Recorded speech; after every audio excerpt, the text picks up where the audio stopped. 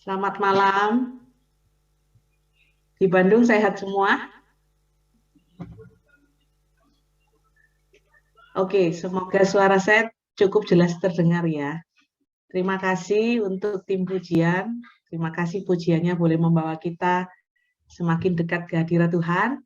Dan kalau di sini ada yang offline, saya mau menyapa yang offline. Kita boleh ketemu di tempat ini ya, walaupun saya di Surabaya, teman-teman semua, Bapak Ibu ada di Bandung, tapi kita semua satu hati, satu roh di dalam Tuhan Yesus Kristus. Amin. Oke, kita sekarang mau sharing tentang keluarga yang kudus. Wah, ini luar biasa ya, di masa-masa masuk ke masa katanya masa endemi ini, kita kembali diingatkan bahwa kita semua yang terlahir dari keluarga dan berada dalam keluarga, kiranya kita terus menjaga kekudusan. Nah, sekarang izinkan saya share screen dulu.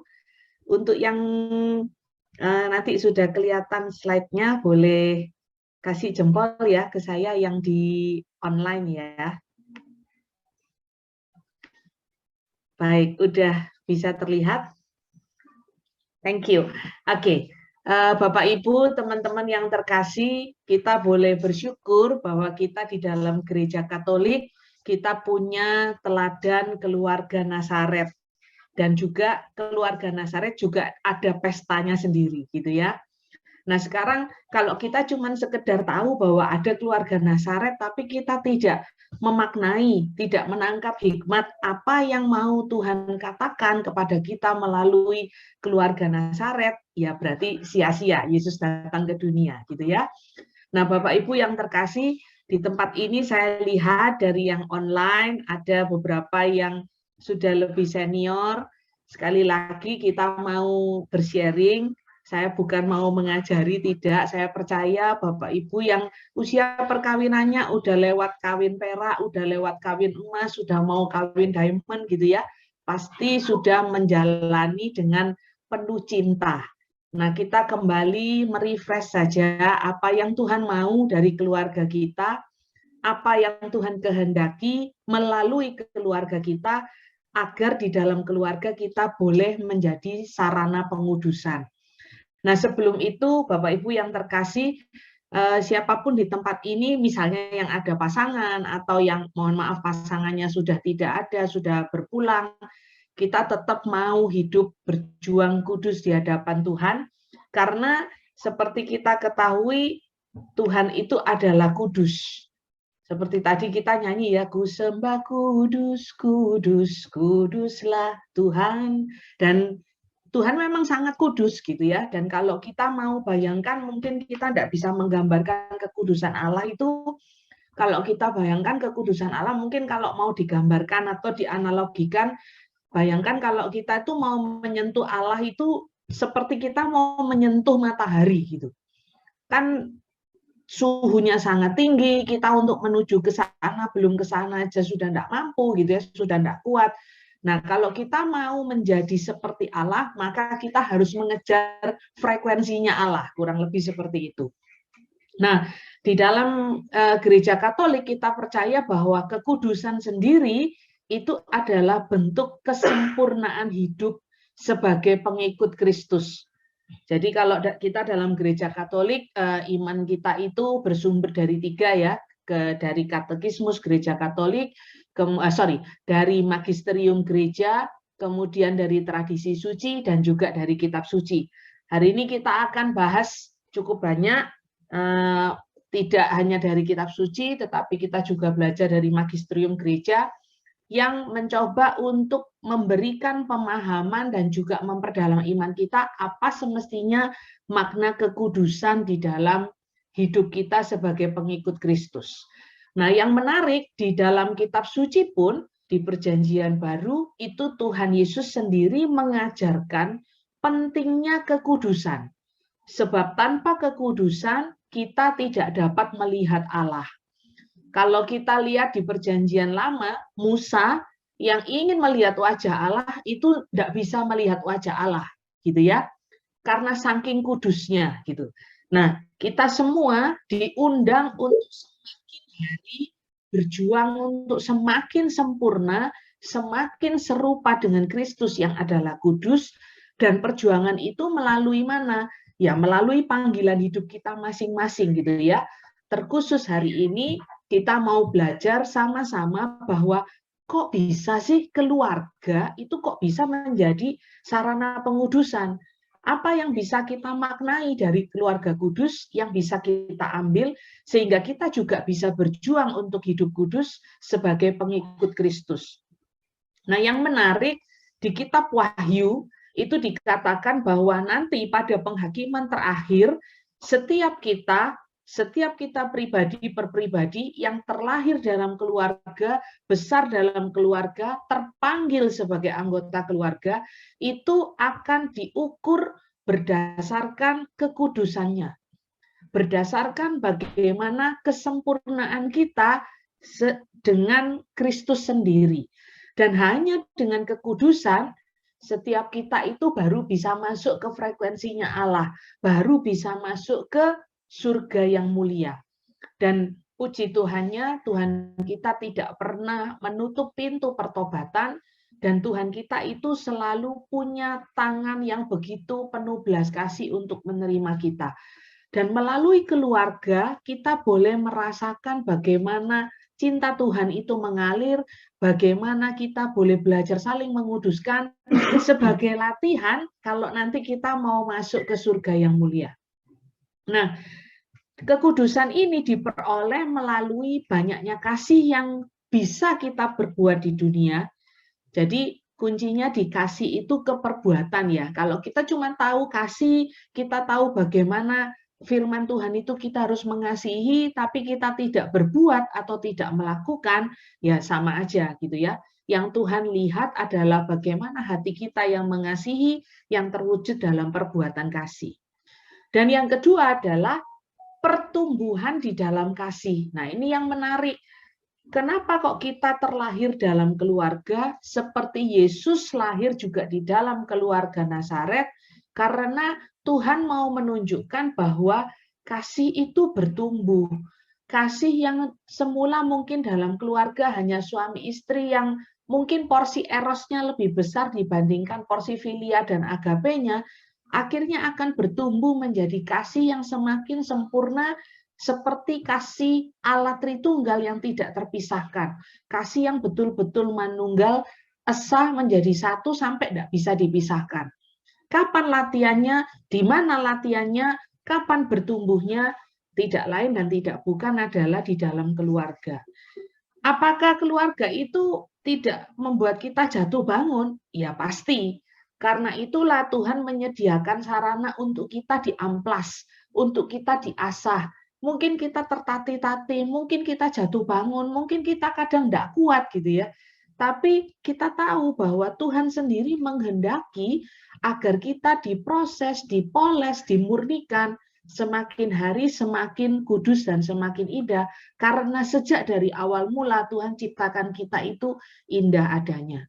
Nah, sekarang kalau kita tahu bahwa kekudusan itu harus kita kejar, kita mau lihat fenomena keluarga zaman sekarang, di mana kita tidak menyalahkan teknologi, tetapi cukup banyak pengaruh dari teknologi yang kalau tidak disikapi dengan wise, dengan bijaksana, maka akan menciptakan keluarga yang egosentris.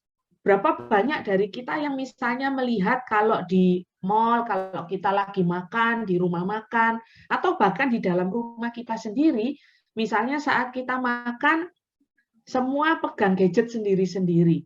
Semua asik dengan dunianya sendiri-sendiri. Yang satu asik dengan gamenya, yang satu asik dengan pekerjaannya, yang mamanya asik dengan arisannya, semuanya sendiri-sendiri. Ini fenomena yang tidak bisa dihindari, yang banyak kita temui pada saat kita tidak bisa wise menggunakan teknologi yang ada.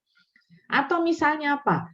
Cukup banyak keluarga Katolik, kita tidak bisa pungkiri keluarga Katolik yang agamanya adalah agama Katolik yang karena turunan, gitu ya. Karena orang tua kita Katolik, maka kita dididik juga secara Katolik.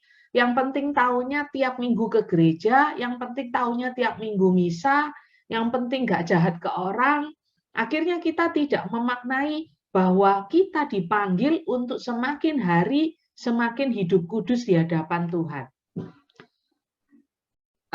Mohon maaf, PPT-nya memang tidak saya slideshow, karena kalau saya slideshow sering hang gitu ya, jadi lebih baik seperti ini, nanti saya go down gitu akan lebih mudah. Cukup jelas ya, tapi yang lebar cukup jelas ya. Oke, baik. Kemudian yang ketiga, fenomena yang zaman now begini, Bapak Ibu. Banyak sekali dalam keluarga itu mulai hitung-hitungan siapa yang lebih berjasa.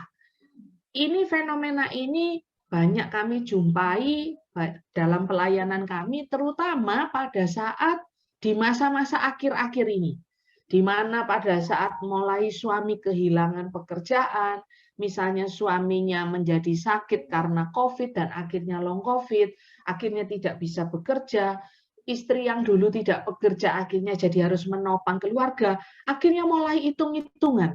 Loh, itu mestinya bagiannya siapa? Kenapa kok aku jadi harus bekerja? Kan itu bagiannya dia gitu ya. Mulai hitung-hitungan gitu. Bahkan ada yang, lu dulu waktu kamu enggak sakit, aku enggak mengalami begini. Sekarang kamu sakit, aku jadi harus menanggung. Aku jadi harus tulang punggung. Akhirnya mulai hitung-hitungan. Kasihnya menjadi pudar, menjadi kasih yang jikalau. Aku mau sama kamu jikalau, nah, aku terima uang bulanan. Aku mau sama kamu jikalau tiap hari kamu baik sama aku. Jadi ada syaratnya. Dan ini fenomena-fenomena keluarga yang muncul tidak hanya di keluarga muda, tetapi juga di keluarga-keluarga yang mungkin sudah bertahun-tahun hidup bersama, tapi numpuk gitu ya, karena tidak tahu bagaimana untuk memiliki kasih yang indah, kasih yang menyatu, karena ada Kristus sendiri di dalam keluarga. Kemudian apa? Fenomena keluarga zaman sekarang. Banyak sekali yang tetap hidup dalam mimpi. Punya ekspektasi yang berlebihan, punya harapan yang berlebihan, tetapi tidak melihat realita. Nah, sekarang ini ada hal yang banyak muncul ya di kalangan psikologi, sampai ada penelitiannya terkait dengan sosmed. Ada yang namanya FOMO atau fear of missing out gitu ya. Ini kalau di anak muda lagi trending, lagi happening, lagi viral. Di mana sosmed itu terkadang kalau tidak disikapi dengan bijaksana, orang ngelihat story-nya orang lain, lihat ceritanya orang lain, akhirnya timbul keinginan untuk ngikuti terus, akhirnya irinya itu yang muncul. Oh, si dia kok bisa pergi terus ya? Lah suamiku kok enggak pernah ngajak aku pergi ya? Atau misalnya ngelihat ada keluarga yang bahagia, anaknya pencapaiannya luar biasa, semuanya diposting, terus ada yang enggak enak hati, terus bilangnya, waduh keluarganya dia kok oke ya, keluargaku kok tidak ya? Oh ini karena istriku enggak pinter ngerambut anak, enggak pinter jaga anak, enggak pinter didik. Akhirnya muncul ekspektasi yang semakin tinggi, tetapi tidak menyesuaikan dengan realita. Ini banyak terjadi, sampai ada riset seperti itu gitu ya. Susah untuk bisa menerima keadaan, susah untuk bisa mensyukuri apa yang kita punyai saat ini, karena kita punya harapan yang terus kita gantung tinggi gitu. Kemudian apalagi fenomena yang muncul. Nah, ini zaman-zaman sekarang itu kita mau escape itu gampang. Saat ada badai, disitulah keluarga itu diuji. Kalau keluarga Kudus Nazaret, saat ada badai, pada saat ada masalah, pada saat Tuhan Yesus hilang di bait Allah, Yusuf dan Maria dengan setia mencari, dan pada saat Yesus bilang, kenapa kamu mencari aku? Tempatku itu di sini. Mereka bukannya marah meninggalkan Yesus, tapi tetap bawa Yesus balik ke Nazaret, membesarkan sampai Yesus akhirnya berkarya di usia 30 tahun. Atau misalnya saat dikatakan bahwa keluarga Kudus ini harus mengungsi ke Mesir karena akan ada pembunuhan bayi-bayi laki-laki, mereka melakukan itu dengan penuh cinta, berangkat ke Mesir bukan hal yang mudah, perjalanan cukup jauh, zaman dulu tidak ada mobil, tidak ada pesawat, mereka lakukan dengan penuh cinta. Tetapi bagaimana di keluarga-keluarga zaman sekarang? Ada badai sedikit, escape. Ada badai sedikit, lari. larinya itu tidak ke hal yang benar gitu ya, tidak membawa kita semakin kudus, bukan lari kepada Tuhan, bukan lari kepada ekaristi, bukan kita persembahkan kepada Tuhan permasalahan kita, tapi cukup banyak yang maaf kadang lari ke narkoba untuk menyelesaikan sesaat gitu ya, atau larinya kepada pelarian yang keliru, misalnya ke tempat-tempat yang tidak benar, atau misalnya lari ke ketidaksetiaan gitu terhadap pasangan, bisa ke pil, ke will, itu bentuk escape karena kita tidak lagi memaknai kekudusan sebagai pribadi yang harus dikejar maupun kekudusan yang harus kita perjuangkan saling menguduskan di dalam keluarga. Kalau kitab suci mengatakan bahwa besi menajamkan besi, manusia menajamkan manusia, sesungguhnya kekudusan itu teramplas pada saat kita berinteraksi semakin intens, semakin dekat dengan keluarga. Betul enggak Bapak Ibu? Kerasa apa enggak? Kalau kita misalnya dengan teman yang misalnya ada gesekan, kita mungkin enggak serumah, kita enggak ketemu dalam seminggu, nanti baik sendiri, nyapa sudah lupa, sudah bisa oke gitu ya. Tapi kalau dalam keluarga, kadang ada gesekan, ada masalah, kita tetap ngumpul dalam satu rumah. Mau nyapa itu ya kadang malas, mau ngajak ngomong itu aduh gitu ya rasanya ya. Tapi disitulah Tuhan amplas ego kita. Tuhan amplas terus sampai dengan akhirnya kita halus, hati kita betul-betul murni, dan kita punya kasih yang betul-betul seperti kasihnya Tuhan sendiri. Nah, fenomena-fenomena ini yang membuat akhirnya keluarga kita atau rumah kita itu terasa hanya seperti house, seperti bangunan, tapi tidak ada home-nya. Jadi kalau di dalam bahasa Inggris itu ternyata dibedakan antara house dengan home. House itu secara fisik, bangunan secara fisik terkait dengan shelter atau tempat tinggal yang bisa kita pakai gitu ya. Tapi yang Tuhan mau, bagaimana saat kita saling menguduskan, saat kita hidup satu sama lain dalam keluarga yang saling menguatkan, di situ akan tercipta home. Di mana di dalam home itu akan ada kebebasan untuk kita menjadi diri kita sendiri karena kita diterima. Akan ada rasa santai, rasa kita menjadi apa adanya tanpa sibuk dihakimi, kita akan merasa tenang di rumah sendiri, ada rasa aman, ada rasa damai, ada experience emotion, ada satu cita yang membuat rumah itu terasa damai. Nah, ini mungkin bisa refleksi ke rumah Bapak Ibu masing-masing tanpa ada niat menghakimi, merasa enggak kalau pulang rumah itu, ini betul-betul aku di sini bisa menjadi diriku sendiri. Atau sebaliknya, pulang rumah kok terasa mencekam, pulang rumah kok terasa panas, seperti kayak mau ribut terus gitu. Nah, rumah kita house ataukah home? Ini kita betul-betul refleksi ke dalam diri kita masing-masing. Bapak Ibu yang terkasih, kalau kita mau mendengarkan firman Tuhan atau kita mendengarkan seminar atau apapun, bukan masalah mendengarnya Bapak Ibu, tetapi yang terpenting bagaimana firman Tuhan itu nanti bisa masuk ke dalam diri kita dan mengubah kita semakin hari semakin baik. Saya tidak jemu-jemu untuk mengingatkan ini karena saya percaya setiap kita pasti sudah rajin baca firman. Setiap kita pasti sudah rajin ikut PD. Setiap kita pasti jam doanya oke. Bahkan mungkin ada yang sudah rutin misa harian.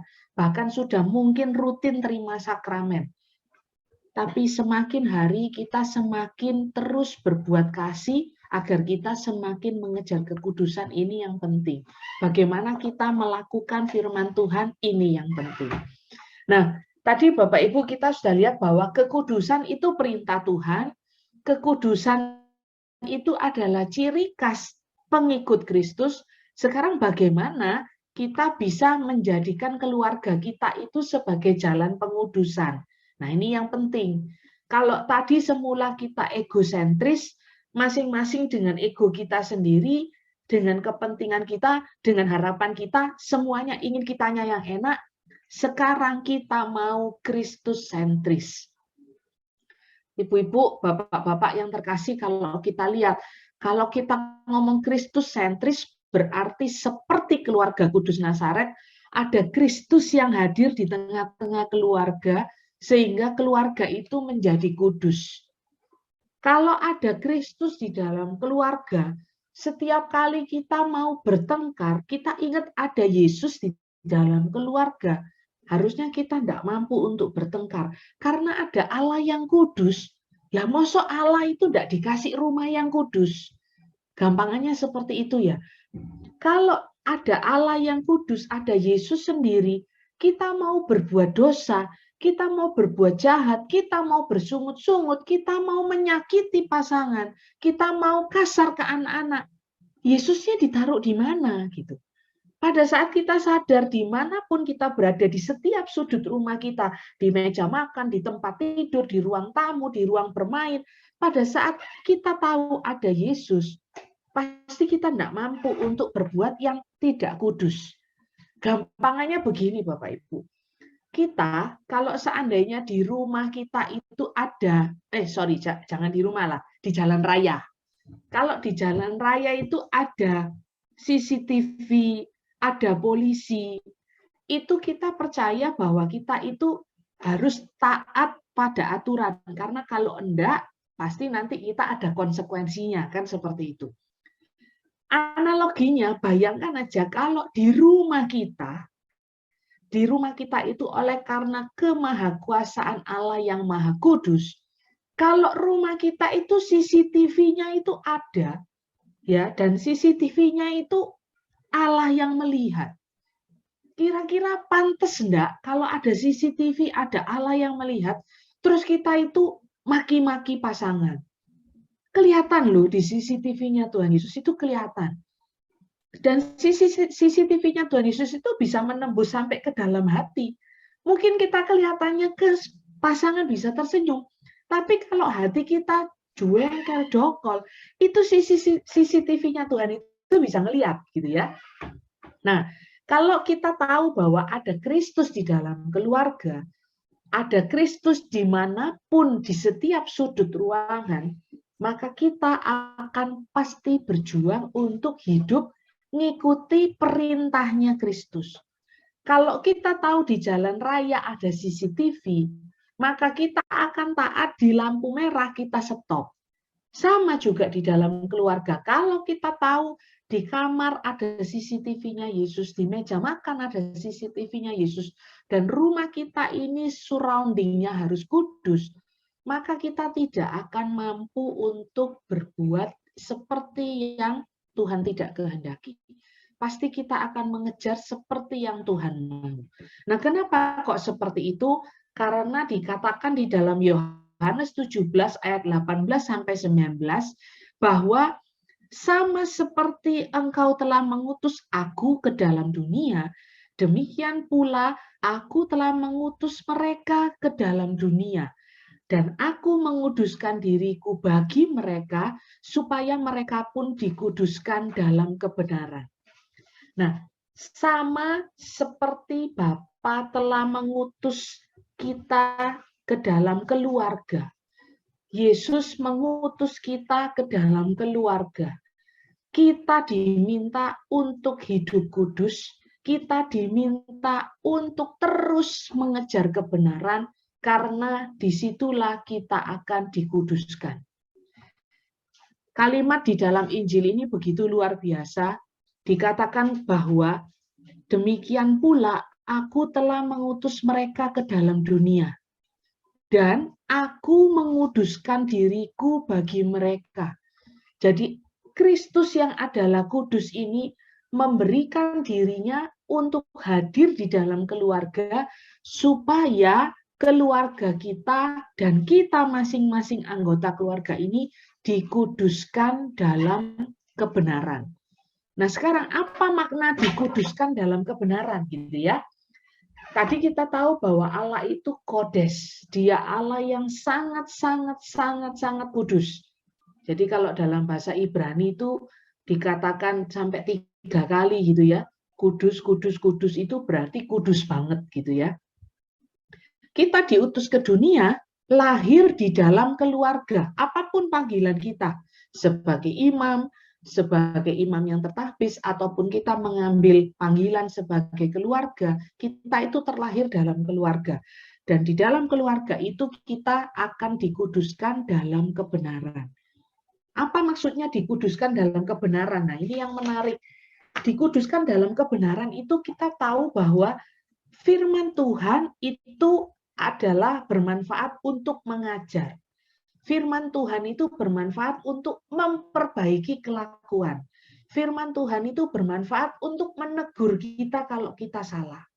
Berarti kalau kita mengenal firman Tuhan, kalau kita mengenal kebenaran, kalau kita hidup dalam kebenaran, dan kita terus berjuang untuk menghidupinya, semakin hari kita akan semakin kudus seperti Sang Firman itu sendiri.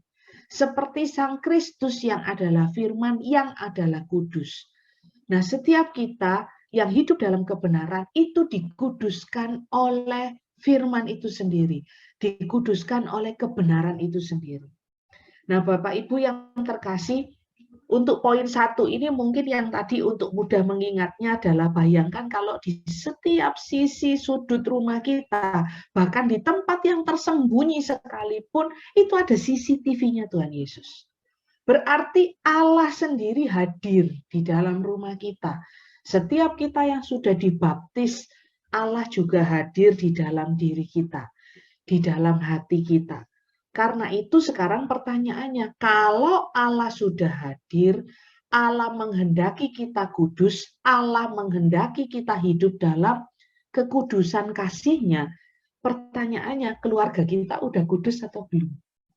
Apakah keluarga kita masing-masing itu betul-betul selalu ngecek, oh ada CCTV, maka saya enggak ngomong kasar. Oh ada Tuhan, maka saya enggak mau lagi membenci satu sama lain. Oh ada Tuhan, maka tiap kali mau bertengkar itu bawa dalam doa gitu ya. Bilang sama Tuhan, Tuhan tema bertengkarnya apa ya yang asik gitu ya sekarang gitu ya. Nanti kan enggak jadi bertengkar gitu ya. Nah, sudahkah Yesus selalu diundang hadir dalam keluarga kita? Ini maknanya Kristus sentris. Jadi Yesus selalu ada di tengah-tengah kita. Dalam tidur kita, dalam bangun kita. Ibu-ibu kalau memasak juga ada Yesus. Bapak-bapak kalau bekerja ada Yesus. Anak-anak kalau belajar, bermain, bersekolah, kuliah juga ada Yesus. Dengan seperti itu, keluarga kita itu akan dinaungi oleh kekudusan dalam kebenaran. Yang kedua sekarang, bagaimana menjadikan keluarga itu sebagai jalan pengudusan. Seperti keluarga kudus, di situ mereka praktek kasih Bapa. Mereka betul-betul mempraktekkan bagaimana taat kepada Tuhan. Mereka mempraktekkan satu sama lain bagaimana mengasihi, bagaimana mendukung, bagaimana saling mencari, bagaimana saling menguatkan. Dan itu yang juga dilakukan oleh Bunda Maria. Bunda Maria mengikuti Yesus kemana-mana pada saat Yesus mulai mewarta, gitu ya. Bukan karena kepo, bukan. Tetapi Bunda Maria tahu bahwa Yesus ini disorot oleh orang-orang Farisi.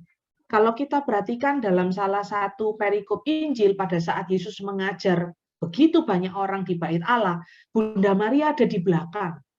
Terus waktu itu ada orang yang bertanya, Yesus itu ada ibumu di belakang, apa enggak disuruh masuk? Tuhan Yesus bilang apa? Siapa ibuku, siapa saudaraku, dialah yang melakukan perintahku. Itu Bunda Maria enggak tersinggung. Bunda Maria dengan setia jaga di belakang. Karena apa? Bunda Maria tahu Yesus ini dicari-cari. Yesus ini dicari-cari terus kesalahannya.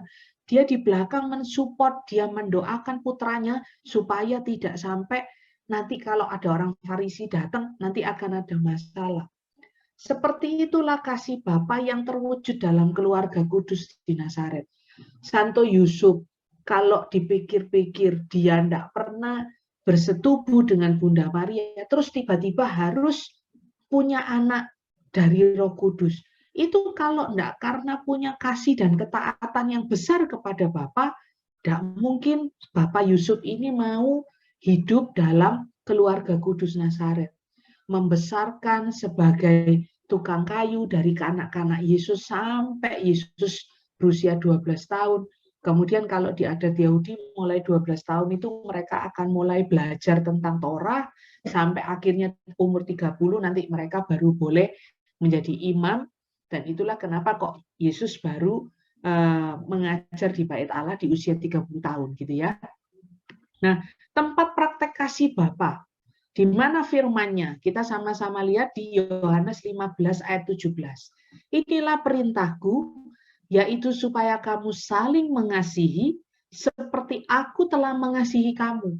Tidak ada kasih yang lebih besar daripada kasih seorang yang memberikan nyawanya untuk sahabat-sahabatnya.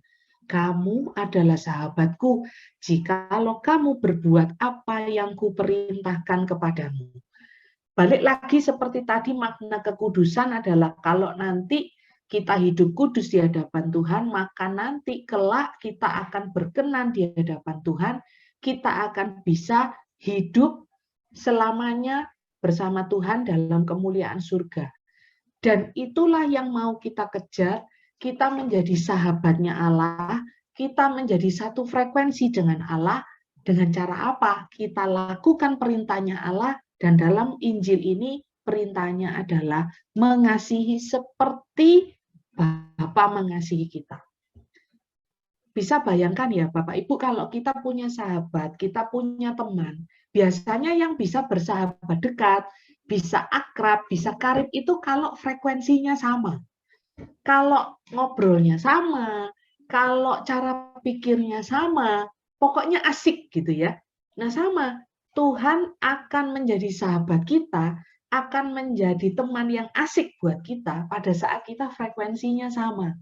Frekuensi kekudusannya sama, frekuensi mengasihinya sama, frekuensi berbuat kepada sahabatnya itu sama, seperti Bapa berbuat kepada kita. Kalau dipikir-pikir, kok tinggi ya standarnya Allah? Ya itu memang karena Allah menghendaki kita kudus, karena Allah sendiri adalah kudus. Kasih seperti apa yang Tuhan mau? Kasih Bapa itu pemberian diri. Bahkan sampai Allah yang adalah kudus mau merendahkan dirinya, mau mengambil rupa seorang hamba untuk menjadi sama dengan manusia, untuk bisa menebus kita. Pemberian diri itu membutuhkan kerendahan hati. Bapak Ibu yang terkasih, para bro and sis di tempat ini, berapa banyak dari kita mengalami kesulitan untuk bisa merendahkan hati, untuk bisa memberikan diri. Tidak jarang kita ini masih hitung-hitungan. Kita itu masih pamrih. Kita itu masih merasa, aku kurang apa. Padahal Bapa tidak pernah seperti itu. Tadi firman-Nya, seperti aku mengasihi kamu. Berarti harus equal, harus sama. Bapa tidak pernah hitung-hitungan sama kita. Kita ini yang seenaknya sendiri seringkali masih buat dosa. Tuhan yang datang. Karena Tuhan ingin mengerti manusia itu seperti apa. Jatuhnya manusia itu di mana. Kok bisa manusia lemahnya itu kayak apa. Tuhan itu pakai kacamata kita untuk mengerti kita sampai turun ke dunia. Sekarang kita, maukah kita pada saat mulai ada konflik di dalam keluarga, maukah kita merendahkan hati kita untuk melihat dengan kacamata orang lain yang konflik dengan kita? Untuk melihat kacamata pasangan kita seperti apa? Kalau konflik dengan anak, untuk melihat kacamata anak kita seperti apa? Kita butuh kerendahan hati loh untuk bisa melihat dengan kacamata orang lain. Karena kalau kita terus pakai kacamata kita sendiri, kita pakai cara pandang kita sendiri, kita akan merasa diri kita ini udah kurang apa. Tetapi kalau dari sudut pandang orang lain, dari kacamata orang lain, kita bisa jadi kurang banyak seperti itu. Inilah Allah kita memberikan teladan, memberikan contoh nyata kepada kita bahwa Dia yang adalah kudus sampai memberikan dirinya sampai merendahkan serendah-rendahnya untuk menjadi sama dengan manusia, agar dia tahu apa yang ada di dalam hati manusia. Setelah Tuhan tahu, kasihnya tidak kunjung habis, kasihnya tetap yang terbesar, kasih yang ditunjukkan itu adalah pengampunan. Karena itu di dalam keluarga, kiranya kita juga punya pengampunan yang tiada batas.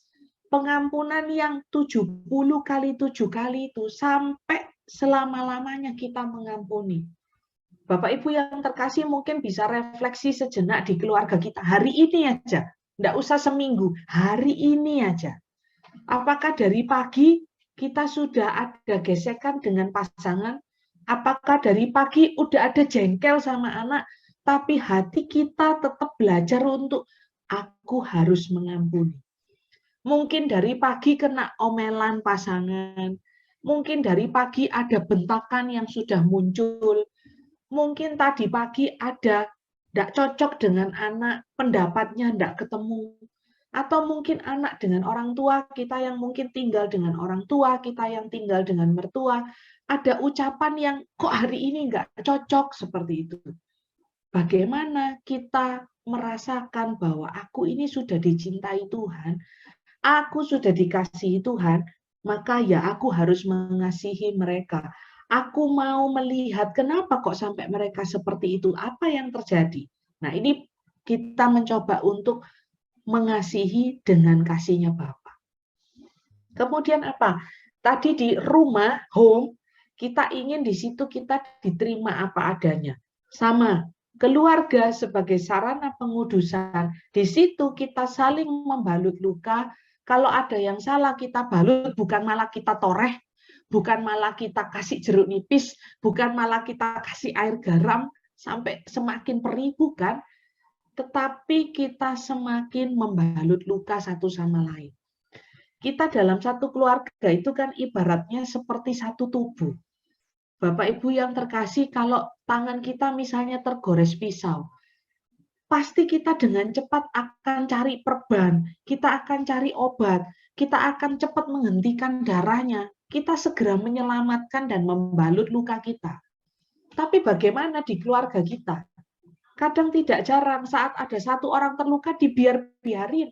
Saat ada satu orang terluka malah dibilang, kamu harus merasakan itu karena aku juga merasakan dilukai. Bapak Ibu yang terkasih, ayo hari ini kita belajar bahwa di dalam keluarga sebagai sarana pengudusan, kita belajar untuk saling membalut luka. Kita belajar untuk tidak melukai lagi atau membuat luka itu semakin bernanah, tetapi ayo kita membalut luka. Dengan apa? Dengan perban kasih Bapa. Kalau kita betul-betul merasakan dicintai Tuhan, maka kita akan bisa memerban setiap luka yang ada di dalam keluarga kita. Mungkin anak kita datang terluka, dibully di luar. Mungkin pasangan kita terluka dengan atasannya. Kita boleh datang di dalam keluarga, kita saling membalut, saling menguatkan dengan kasih Bapa. Penerimaan apa adanya itu membuat kita merasakan kasihnya Bapa. Bapak Ibu yang terkasih, dari penelitian itu kebutuhan manusia itu salah satunya adalah diterima. Itulah kenapa kalau kita misalnya dalam satu kelompok pertemanan, terus kita merasa tidak diterima, biasanya kita akan pelan-pelan agak menjauh gitu ya dari kelompok itu, kemudian kita mencoba dekat dengan kelompok yang lain. Karena itu adalah sifat dasar manusia, kebutuhan dasar manusia untuk bisa diterima. Apakah itu salah? Ya tidak, itu manusiawi. Dan di mana penerimaan yang sempurna adalah di rumah, adalah dalam keluarga. Tidak usah jauh-jauh Bapak Ibu, kalau di rumah, kita kenapa kok kalau misalnya kadang, maaf ya, keluar kamar mandi, kita kok tidak malu sih, cuman pakai handuk, kadang lupa bawa baju ya, kita keluar tidak pakai apa-apa.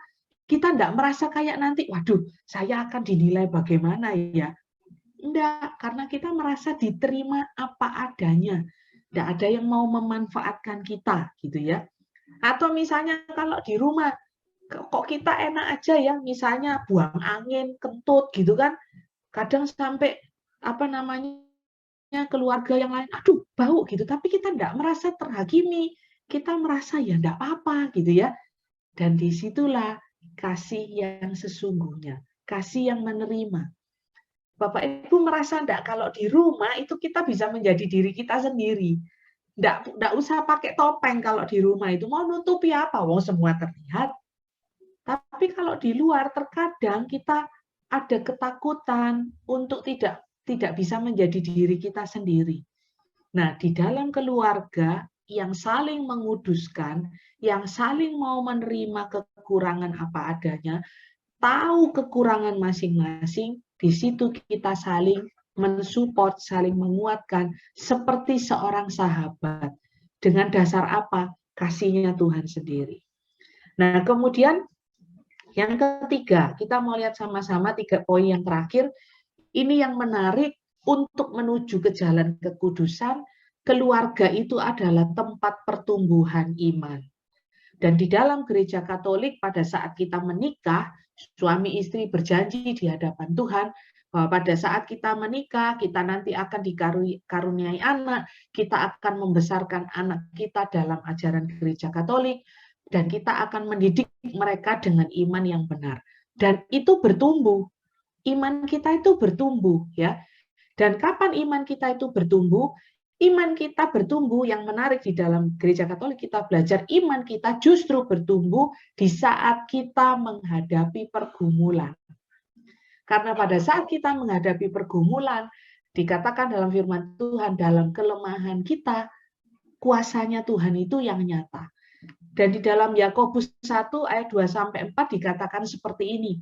Ini yang menarik ya, saudara-saudaraku, anggaplah suatu kebahagiaan. Nah, ini kan luar biasa ya firman Tuhan. Anggaplah suatu kebahagiaan apabila kamu jatuh ke dalam berbagai-bagai pencobaan, sebab kamu tahu bahwa ujian terhadap imanmu itu menghasilkan ketekunan. Dan biarlah ketekunan itu memperoleh buah yang matang, supaya kamu menjadi sempurna dan utuh dan tak kekurangan suatu apapun. Bapak Ibu yang terkasih, kita yang semakin hari semakin bertumbuh di dalam iman akan Tuhan kita Yesus Kristus yang Maha Kudus, kita kalau mungkin flashback, kita lihat ke belakang, kita lihat diri kita katakanlah 10 tahun yang lalu, atau 15 tahun yang lalu. Mungkin kalau kita punya buku harian, kita punya catatan, katakanlah 15 tahun lalu kita mengalami pergumulan apa dan kita mungkin sudah sampai menyerah, hampir bunuh diri. Tetapi kalau kita lihat di titik sekarang, pergumulan kita mungkin lebih besar, tapi kok kita kuat ya? Keluarga kita kok tetap kuat ya? Keluarga kita kok saling utuh ya? Kok justru semakin menguatkan ya? Disitulah kita hidup dalam firman ini. Bahwa berbagai-bagai pencobaan itu adalah cara Tuhan untuk kita menghasilkan ketekunan. Ketekunan untuk apa? Untuk terus satu keluarga bersatu hati, berdoa, bersandar dalam kekudusan, menggantungkan diri kepada Tuhan. Nah, sekarang kita mau lihat dari Katekismus Gereja Katolik yang juga menjadi panduan iman kita, ya. Di KGK 1656, saya akan bacakan aja, tapi ini sebagai dasar iman kita. Keluarga-keluarga Kristen itu sangat penting sebagai pusat suatu iman yang hidup dan meyakinkan. Ada kata iman yang hidup, ya. Hidup itu berarti ada pertumbuhan. Ciri-cirinya hidup itu ada pertumbuhan. Dan meyakinkan berarti bertumbuh ke arah yang baik, ke arah yang Tuhan mau. Karena itu, Konsili Vatikan II menamakan keluarga menurut sebuah ungkapan tua, yaitu Ecclesia Domestica atau gereja rumah tangga. Di dalam Lumen Gentium 11, kita bisa bandingkan hal ini, pernyataan ini bahwa gereja adalah sebagai Ecclesia Domestica. Dan juga ada dokumen dari Bapak Gereja, yaitu Familiaris Consortium. Ya.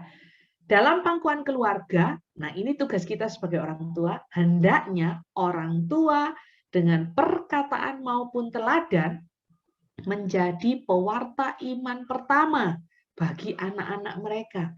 Jadi bukan guru biak, bukan guru sekolah minggu, bukan guru agama di sekolah, tetapi siapa pewarta iman pertama bagi anak-anak mereka adalah orang tua.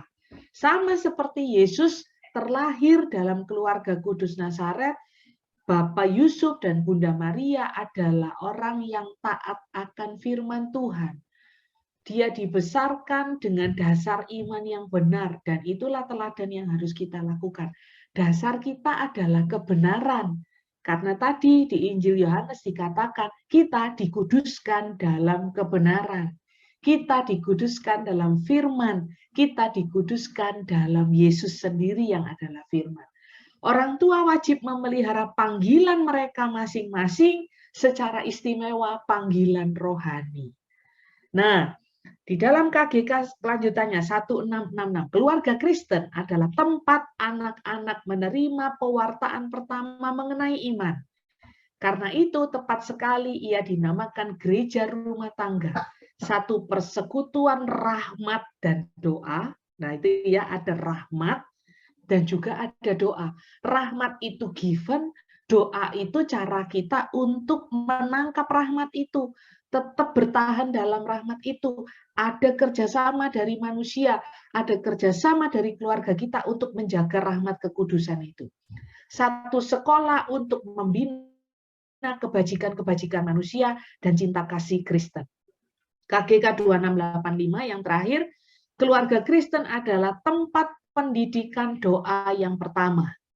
Atas dasar sakramen perkawinan, keluarga adalah gereja rumah tangga. Nah, kembali diulang lagi ya, gereja rumah tangga, di mana anak-anak Allah berdoa sebagai gereja dan belajar bertekun dalam doa. Teristimewa untuk anak-anak kecil, doa sehari-hari dalam keluarga adalah kesaksian pertama untuk ingatan gereja yang hidup, yang dibangkitkan dengan penuh kesabaran oleh Roh Kudus. Setiap kita yang sudah dibaptis ada Roh Kudus di dalam diri kita. Ada CCTV juga di dalam hati kita, sehingga kita boleh menjadi pewarta iman bagi anak-anak kita. Nah, tempat pertumbuhan iman seperti tadi dikatakan dalam Katekismus Gereja Katolik, di mana kita belajar untuk berdoa bersama. Keluarga kita itu akan menjadi kudus saat kita menghadirkan Allah yang kudus. Di mana 2-3 orang berkumpul dalam namanya, maka Yesus hadir. Doa bersama. Bagaimana kita dalam satu keluarga saling menguduskan dan kita terus menimba dari Sang Maha Kudus. Jangan lepaskan Ekaristi, jangan lepaskan misa kudus. Puji Tuhan kalau bisa misa harian, setiap hari sambut Allah yang Maha Kudus, maka kita akan terus berjuang untuk hidup kudus. Nah, yang menarik dalam pertumbuhan iman dalam keluarga, seperti Yesus juga melihat Bunda Maria yang begitu taat, Santo Yusuf yang begitu taat, maka kiranya anak-anak kita juga boleh melihat teladan orang tua. Anak-anak zaman sekarang atau cucu-cucu zaman sekarang, kalau dikhotbahi tidak mau. Tapi mereka melihat teladan kita. Bagaimana respon orang tua kalau lagi ada konflik, itu mereka lihat loh. Apakah orang tuanya lempar-lemparan piring? Ataukah orang tuanya tenang? Apakah orang tuanya satu cool down, terus tenang dalam doa?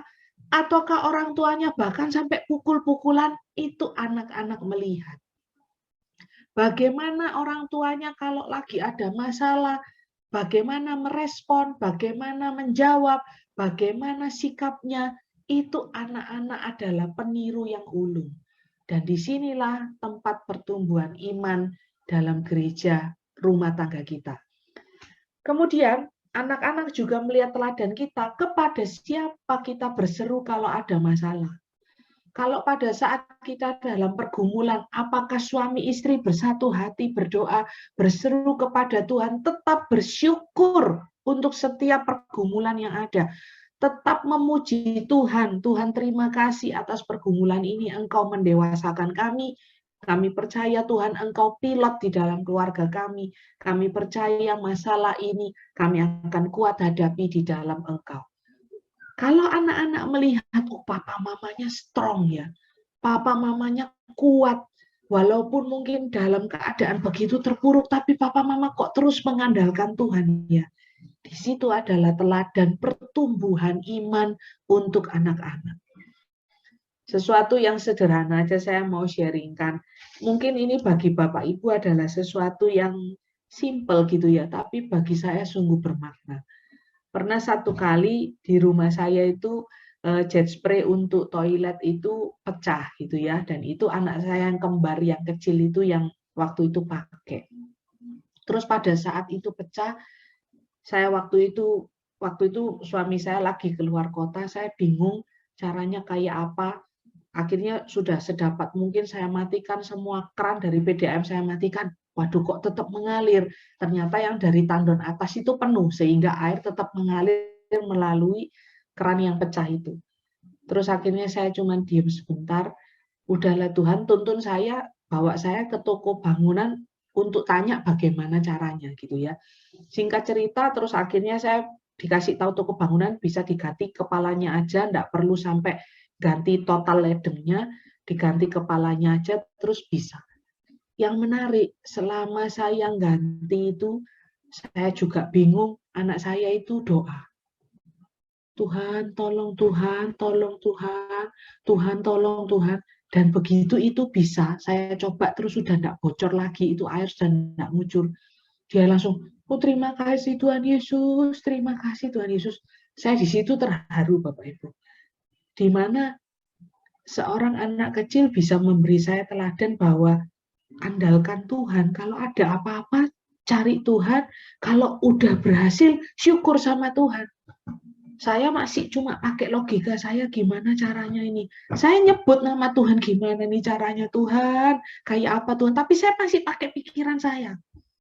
Tapi dia begitu tenang, dia berdoa di sudut kamar mandi, Tuhan, tolong Tuhan, tolong Tuhan. Begitu selesai itu dia berbinar mata sambil, terima kasih Tuhan Yesus, terima kasih Tuhan Yesus. Di situ saya kemudian menangis. Saya gini, Tuhan, segitu indahnya ya. Makanya Tuhan nyuruh kita belajar dari anak kecil. Imannya bertumbuh melalui hal kecil seperti itu. Bagaimana dia melihat ada kesulitan, urusan ledeng, dia mengandalkan Tuhan. Nah, kesetiaan kita untuk bisa juga mau belajar dari anak-anak, dari peristiwa, dari apapun yang kita alami, disitulah iman kita bertumbuh. Dan di mana kita diproses di dalam keluarga. Semakin banyak masalah, di situ iman kita semakin kuat diasah dan bertumbuh di dalam Tuhan. Bagaimana kesetiaan kita menanti dan berharap pada Tuhan, itu juga dilihat anak-anak. Kalau ada masalah, kita orang tua tidak sabar, kita tidak tenang, kita marah-marah, kita gerusa-gerusu. Anak-anak ngelihat, loh orang tuaku kok tidak mengandalkan Tuhan ya. Dan yang menarik, pada saat orang tua kita atau kita bisa memberikan teladan kesetiaan untuk saling mengasihi, betul-betul kita pegang janji perkawinan dalam suka dan duka, dalam untung dan malang, dalam sehat dan sakit, sampai tua gandengan, ke gereja gandengan, sama-sama pakai tongkat, sudah bongkok tetap gandengan. Di situ anak-anak boleh melihat, ini loh, gambar Allah yang setia itu seperti ini. Gambar keluarga yang setia itu seperti ini. Gambar keluarga yang indah itu seperti ini. Dan disitulah kita saling menguduskan. Dan Bapak Ibu, dalam keluarga ada 4 kata ajaib yang bisa kita terapkan. Mungkin ini sulit, tapi kita perlu belajar mulai hari ini. Buat kita orang tua tidak lagi merasa sok benar, mudahlah kita say I'm sorry. Terhadap pasangan kita tidak lagi menang-menangan, rekornya berapa skornya, siapa lebih jago, siapa lebih benar, kamu salah, tidak. Tapi kalau kita tahu kita ada poin salah, kita ada andil salah, kita yang mulai say I'm sorry. Kepada orang tua juga seperti itu, kalau kita salah, say I'm sorry. Dan yang kedua, biasakan untuk ngomong thank you dari hal-hal kecil. Kalau kita diambilkan air minum, thank you. Kalau kita dibantu bukakan pintu, thank you. Biasakan untuk say thank you. Itu melatih kita untuk say thank you to God. Untuk kita bersyukur sama Tuhan. Pada saat kita menaikkan praise kepada Tuhan, kita bisa ucapkan terima kasih Tuhan, kau berikan kepadaku suami yang begitu baik, kau berikan kepadaku istri yang begitu setia, kau berikan kepadaku anak-anak yang begitu takut akan engkau. Say thank you to the Lord. Start dari mana? Belajar say thank you di dalam keluarga. Kalau di keluarga kita susah say thank you, kepada yang kelihatan aja kita susah. Bagaimana kita say thank you kepada Tuhan yang tidak bisa kita lihat? Yang ketiga, kata-kata yang kita sering ucapkan dalam keluarga adalah tolong. Meskipun sang kakak kepada adik belajar untuk bilang tolong. Ibu, ayah kepada anak belajar untuk juga bilang tolong. Bukan main perintah lagi. Tapi kita say, please help me. Please tolong ambilkan. Please tolong bawakan. Please tolong betulkan. Itu adalah perkataan lembut yang membawa berkat dan kita boleh semakin dikuatkan. Dan yang terakhir, don't forget to say I love you, karena kita sudah dikasih Allah lebih dulu. Amin. Bapak Ibu yang terkasih, semoga 3 hal tadi terus mengingatkan kita untuk terus berlatih hidup kudus di dalam keluarga. Yang pertama, kita tahu bahwa ada CCTV-nya Tuhan Yesus di rumah kita, dimanapun. Yang kedua, kita terus mau praktek kasih Bapa. Dan yang ketiga, ayo kita jangan lupa untuk terus bertumbuh dalam iman sampai nanti kita semua menuju ke Yerusalem baru. Amin. Saya undang Bapak Ibu untuk tenang sejenak. Kita mau serahkan keluarga kita, hati kita juga kepada Tuhan, supaya kita terus dapat saling menguduskan satu sama lain seperti keluarga kudus di Nazaret. Dalam nama Bapa dan Putra dan Roh Kudus. Amin. Allah Tritunggal yang Maha Kudus, kami sungguh bersyukur Tuhan, karena pada malam hari ini Engkau kembali mengingatkan kami bahwa kami Kau utus ke dunia ini terlahir melalui keluarga, dan melalui keluarga pula Tuhan kami berjuang untuk saling melaksanakan kekudusan. Tuhan, kami percaya saat kami mengejar kekudusan-Mu, Engkau bukan Allah yang jauh. Engkau Allah yang ada di dalam hati kami, di dalam keluarga kami, di dalam setiap doa kami. Kami percaya Tuhan, saat kami terus berpusat kepadamu, saat kami terus mengamalkan kasih-Mu, saat kami terus mau bertumbuh dalam Engkau Tuhan, semakin hari kami akan Kau bentuk semakin kudus, kami saling menguduskan, dan keluarga kami boleh meneladan keluarga kudus Nazaret, sampai akhirnya kami nanti berpulang kepadamu dengan penuh rahmat kekudusan dan bersatu dengan Engkau dalam surga yang mulia. Tuhan yang Maha Baik, ini hati kami, ini segala kelemahan kami, ini segala keterbatasan kami Tuhan. Kami serahkan semuanya ke dalam tangan-Mu. Engkau yang proses hati kami, Engkau yang amplas ego kami, Engkau yang terus murnikan kami, agar semakin hari kami semakin kudus di hadapan-Mu. Doa ini kami naikkan kepadamu dengan perantaraan Kristus Tuhan dan pengantara kami. Amin. Dalam nama Kudus. Saya kembalikan